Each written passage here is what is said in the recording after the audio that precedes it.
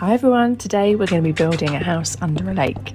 This one's perfect if you're feeling a little bit antisocial and you don't want people to find you. I started off by doing a couple of elevators. This one is the one that's going to take us out. So I placed some soil sand, I planted some kelp, and then I popped down some signs so the water stopped coming into the house and gave it a little test. And now we're going to build the one that will take us into our base. So same principle, but I'm just using a magma block, a couple of signs, and then I just gave it a little test just to make sure it was working.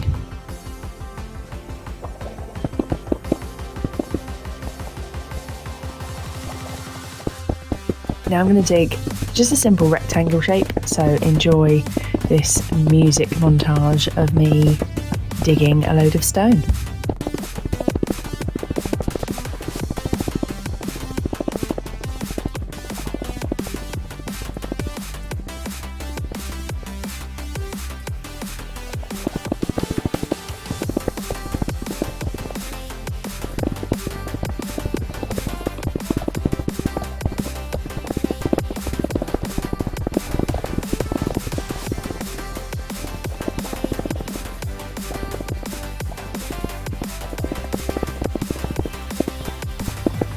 Now I'm only building one room off from the main room, so most of it's going to be open plan living. But I wanted one room just to give us a little bit more space and put some extra bits down here. I didn't go too deep, just a few steps down. And we're keeping the shapes simple in this house, it's not anything crazy. I wanted any rough edges to feel a bit softer, so I just wanted to put leaves wherever possible so it felt a bit less blocky, ironically.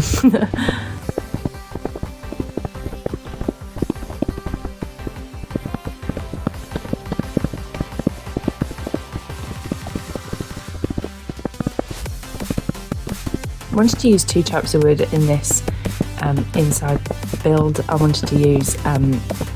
knew I wanted to use a green wood, and I knew I wanted to use just like an oak. I usually use a darker wood, but I thought I'd go for oak this time.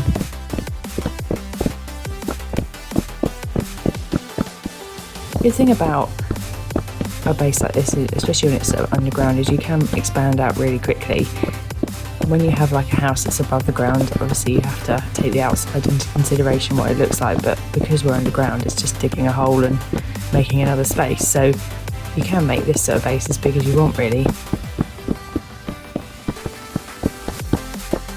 I like to start off with the essentials so I don't get overwhelmed, and then if I decide I need extra room or different rooms, then I can always add on.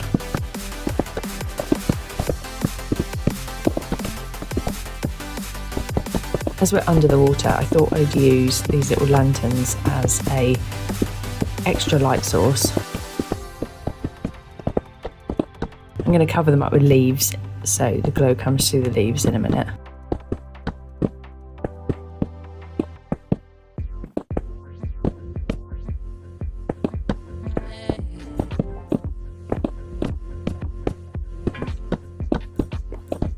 When I build, I have a bit of a plan, but I tend to like to just work out as I go along, because I think sometimes if you plan it too much, you sort of take away from some of the fun of it. And I think that means that if you want to add or change things later on, you can. You don't have to get it right first time. You put a lot of pressure on yourself to make it look amazing straight away, but I don't think that's necessary.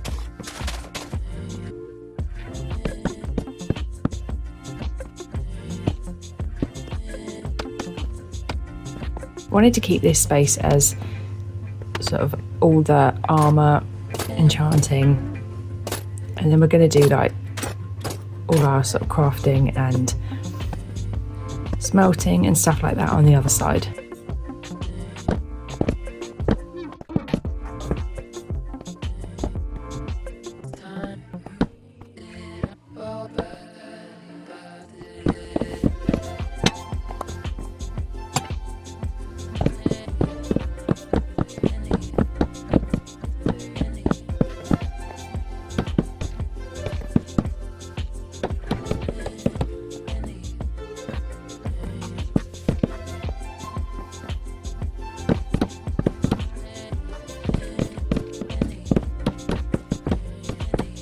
I really like this wood with the oak wood. I think it just adds a little bit of texture.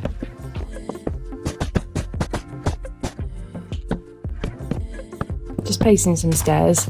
So I'm not going to have a fireplace in this one because we're under the water, so it'd be a bit annoying, but I wanted an area that kind of looked a little bit like a fireplace, so that's why I wanted to put the candles in there and then just sort of create some edges around it, so it gave the kind of that feel.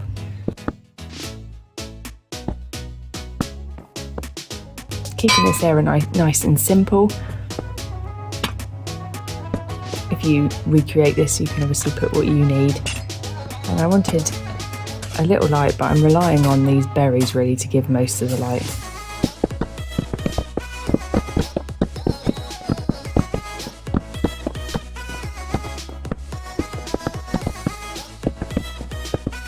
I wanted to add leaves to these walls so it felt a bit softer when you walk down, so it's not just wood everywhere.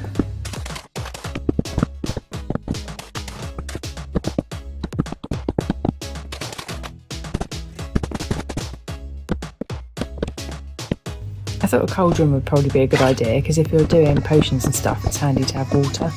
I know we're under the water, but you don't really want to have to go out all the time.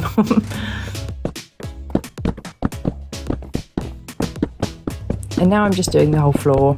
It's not particularly exciting, but I wanted to just get the floor done. As I'm going to split this room up. I'm still going to keep it really open, but I wanted to split it up. So this side's going to be the bedroom, but I'm adding something that I haven't added in one of my videos yet, but I do usually add them in my builds. I think if you're going to have a bed and you're going to be under the water, we need a fish tank.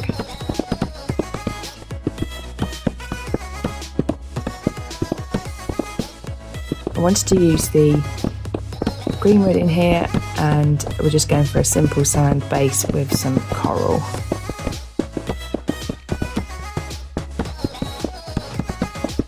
If you're not familiar with building little fish tanks or you haven't done one before, then I'd recommend, especially if you're playing in survival mode, because obviously in creative you don't die underwater, but if you're playing in survival, you want to make sure you have a way out, because you don't want to have that way out once you've filled it with water, which means you're going to end up flooding your house. So I made a little hole at the back that takes me straight out to the outside.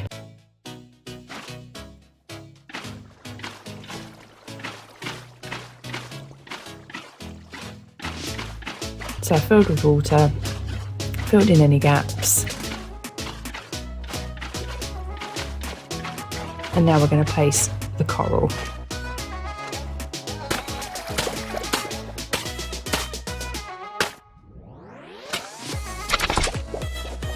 A couple of little lights, and then we'll just bone meal the rest of it. So there's some grass, and then pop our fish.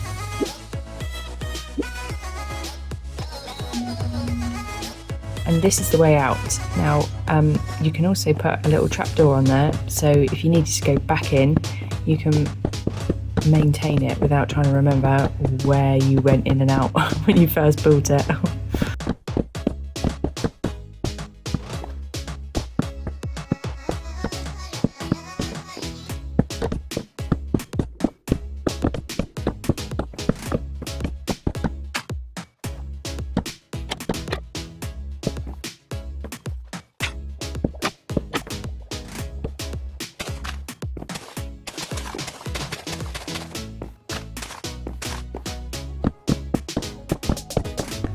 I'd actually love this bedroom in real life. Can you imagine, like, a full tree arc around your bed with a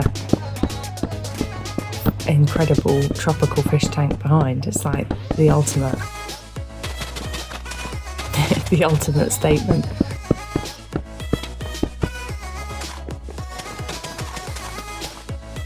As I said, I'm going to split these rooms up, although I'm not putting doors, so it is going to be one space. But I wanted it to feel like you were in 3 different rooms.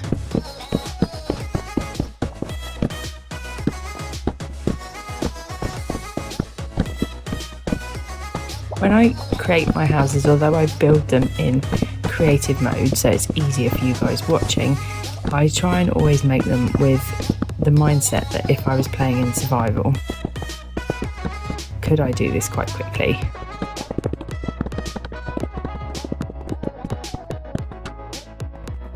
I think building in survival is the most rewarding, really, because it's everything you've gathered yourself.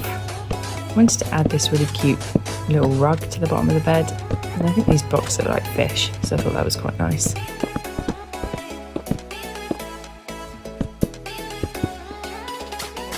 As I said, we're relying on the glowberries quite a bit in this build. I want those to be the main light source, really.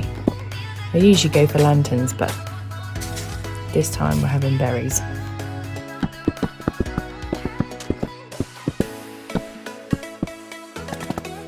And obviously a couple of candles. Keeping that wood theme throughout the house, just little touches like that, just make it all come together. And this side we're going to do storage. I always have to do storage, and this one's going to be the biggest one we've done in a video that I've done, so we're going all out this time.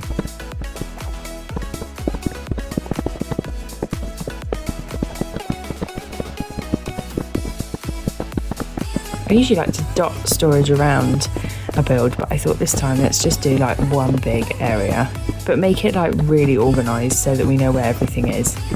Because I don't know if you're like me, but I just chuck stuff in and then I regret it afterwards. But we're not doing that this time. We're going full organisation.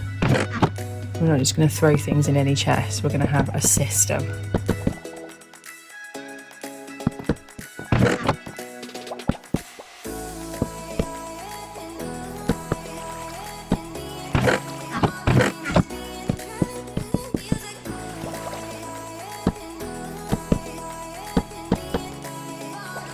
If you want your double chest to go together, I always find it's easier just to place some blocks either side. Obviously we're using the wall on the right, and then on the left I've just popped these temporaries just so that we can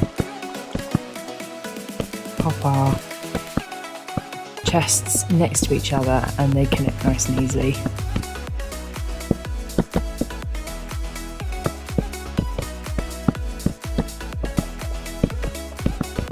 Obviously I've got to go into the wall now because I need to place the last chest, but it's fine, we've done it.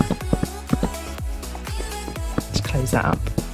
And then just to break up the wood, I always like to put leaves above my chests, but I don't like to see the stone through the leaves, so I have to go up another layer, place my wood, fill in all around the edge, and then I place the leaves. Because we've used oak wood, I'm sticking with oak leaves. Now remember, if you're playing in survival, you can get these leaves, you just need 2 iron and to craft some shears, so this isn't just a creative mode thing. I wanted it to still feel open, but I wanted to define the fact that we've gone into a separate room. So I thought these nice little, I don't know what you call them really, it's not really a corridor, is it? Like a little, I don't know, alcove, I don't know. Likewise, I would use some lanterns in this bit because I think it suits the chests, and we have got the glowberries on the outside. Now comes the fun bit. Item frames. The organisation is going to be insane and I'm living for it. The good thing is with this, you can change as you go along, so just work out what you're collecting more of and then you can just change the item frame so it represents what's in your chest. So I pop some potions either side, and then just to sort of create a bit of a different balance so it doesn't feel all like one space, I just wanted to add some little steps, a little bit of carpet just to soften the wood a bit. I think I'm like really keen on this grey carpet. I always like putting it in everything I build. And then this bit's just going to be Less functional, more cute.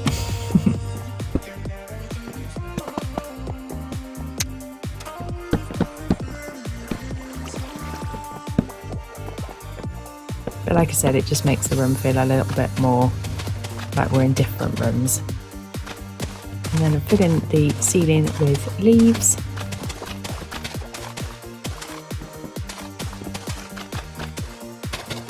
I wanted to add one little lantern just because I think it looks nice above the table. And then I thought we were missing some little cactuses. So I made another little alcove bit and put some cactuses in. A little bit of carpet. And now we get to do the outside.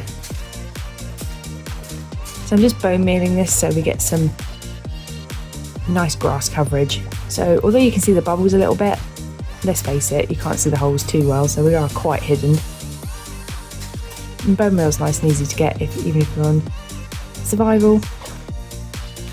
Yeah. So there we have it. A house hidden under the water. I really like it. It's a nice simple space. It's not too busy. The fish tank has to be my favourite part. The fish tank is a win for me. And this, come on. Organisation goals. This is what we strive for. A nice quiet space where you can do everything you need, get organised before you head out on an adventure.